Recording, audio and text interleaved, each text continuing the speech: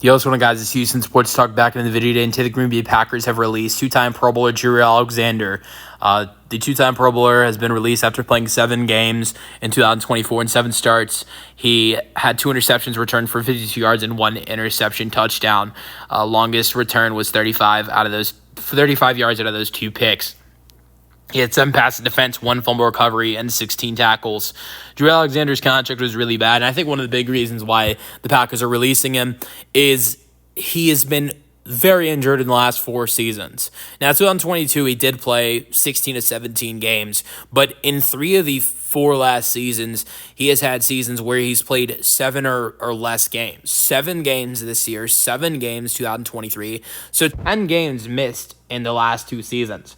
2021, he missed 13 games with a season-ending injury early in the year. Injuries have been a big problem for him. This is something that the Packers owner said, is that we're used to playing without him. Sure, he was very valuable to the Packers when he was out there on the field, and he was great. He was great in 2020. He was great in 2022. He had good years outside of those years. But then you had the years like this year in 2023 and 2021 where he's very injured. And I think he's making too much money. In my opinion, I think he's making too much money to miss that much time. Can he control it? No. But, at the same time, you're making a lot of money because you're so valuable. But, look at 2021, 2023, 2024. Those are 3 years that the team played a total of 51 games, and he only played 14.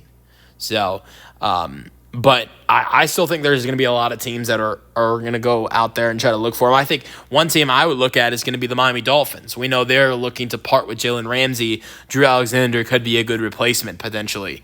Now, they could still try to find out a trade because this release is not official yet, so you could see the release where it's reported, oh, yeah, they're going to release him, and then it's reported that someone's making a trade for him. But you know that if there is a trade that happens, which I honestly doubt it, but if there is a trade that happens, the Packers aren't going to get much value back there. It's going to be maybe a 6th-round pick, maybe a 7th, 6th-round swap, maybe, something like that. It's not going to be much you get for Alexander back in return. So I would guess the Packers just take their loss and end up just releasing him possibly and let him decide where he's going to want to go. He's been on the team for a long time. He's been on the team for 7 years. Let him get to decide where he's going to end up. That might be the best thing. To just get a 6th or 7th round pick, I don't think it's worth it as much as just letting one of your best players and one of your longest tenured players, 7 seasons, get to decide where he wants to go. That's the video. If you guys enjoyed, and peace out.